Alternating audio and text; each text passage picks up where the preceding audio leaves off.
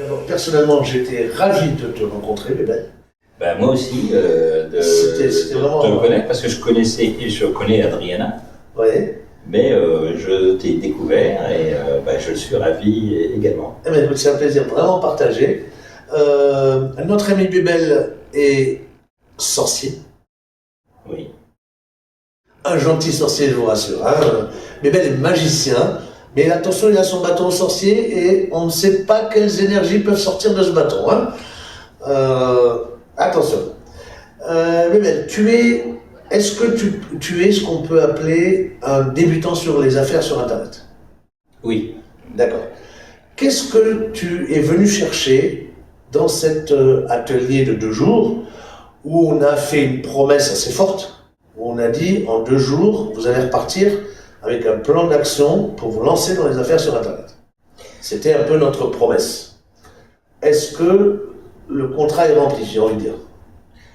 Alors, il est rempli en partie, mais pas à cause de l'atelier, à cause de mon activité un peu particulière. Et magicien. Hein. Voilà, donc c'est un petit peu particulier dans la forme de service qui est donnée en général par ce biais-là. Oui, par ce format-là, oui. Voilà, c'est souvent un service à la personne. C'est ça. Ou des produits à vendre.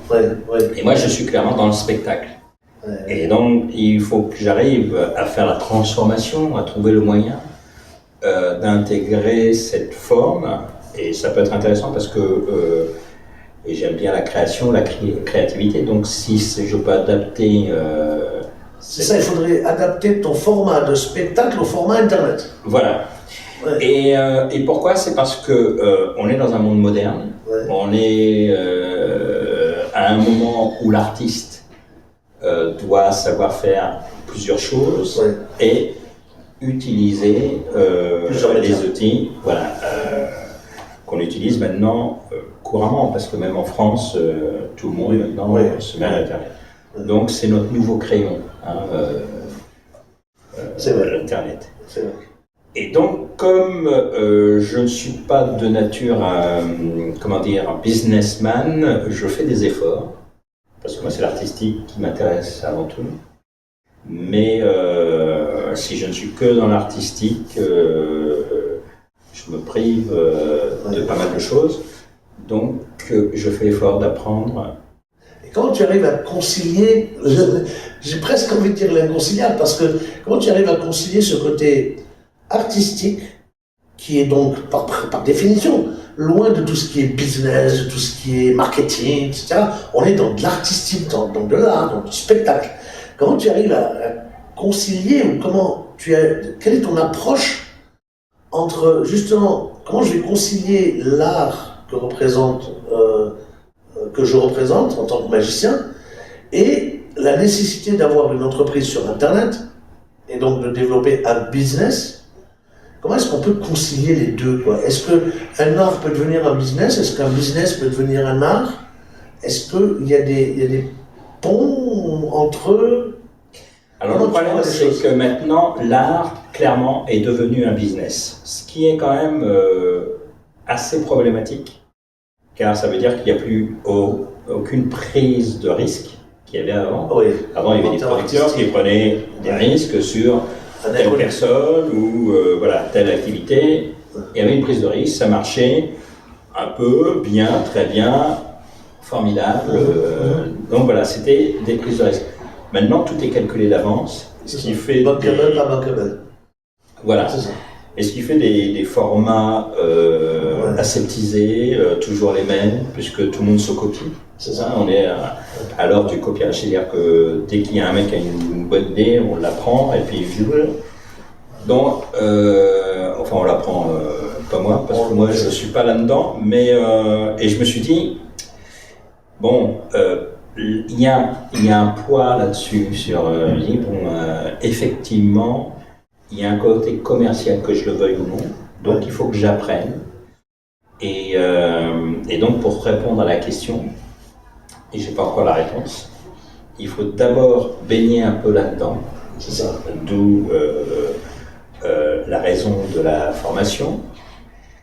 pour essayer justement de trouver quelque chose qui soit conciliant avec mon activité et la technique Internet, sans me trahir moi-même, sans déshumaniser ton activité.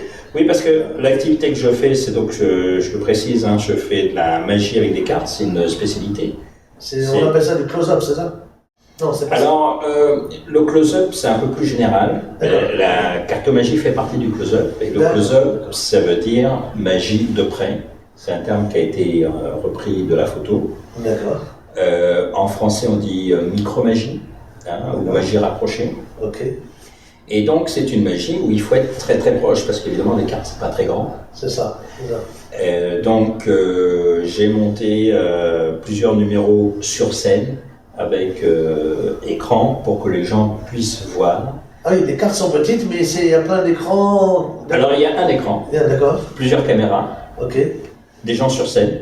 D'accord. Donc, comme ça, les gens peuvent me voir moins l'écran et ceux qui sont là et qui ne sont pas des comédiens. Donc, quand ils réagissent, c'est que effectivement, ils sont à ça des cartes. Et voilà. Ouais.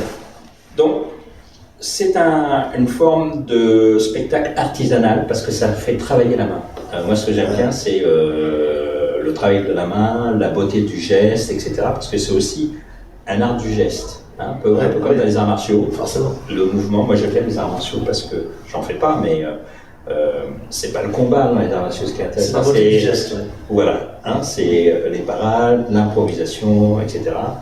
De toute façon, on dit prestidigitateur. Hein. Alors, prestidigitation, c'est prestesse des doigts. Hein.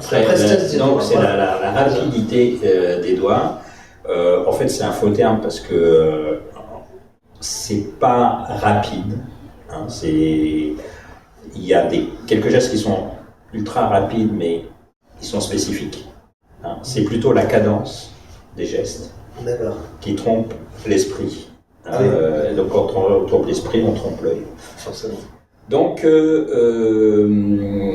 j'ai trouvé les réponses, quelques réponses, je comprends un peu mieux comment ça fonctionne.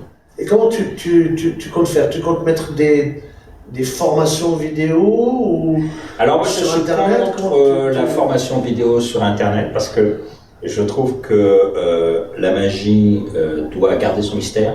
D'accord. Donc si jamais il y a de la formation, ça doit être vraiment très occasionnel. D'accord.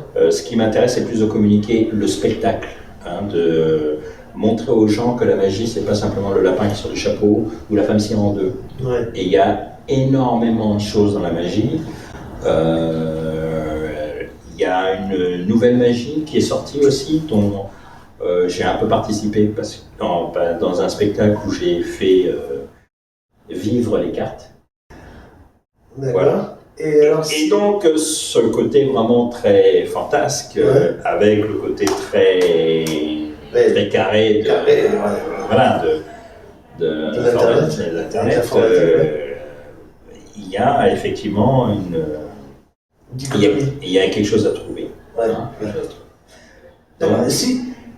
Si aujourd'hui, par exemple, je suis quelqu'un que je te vois, je vois cette interview et je me dis, mais cette personne-là, j'ai envie de la contacter. Elle doit faire comment? Comment on te contacte? bebelmagie@gmail.com. bebelmagie@gmail.com, d'accord. Et j'ai un téléphone 06 12 13. Facile à retenir, 12 13. Et que des 6 à la fin. 66 deux fois. 6 6 6 6. Ah, il y aurait eu 3 6, je me serais posé des questions. Voilà. 3 chiffres, on sait tout. Quel chiffre? C'est le chiffre de l'an. Ah, ben voilà. Bon, ben voilà. Eh ben, Bébel, merci pour tout. De rien. Et à très bientôt.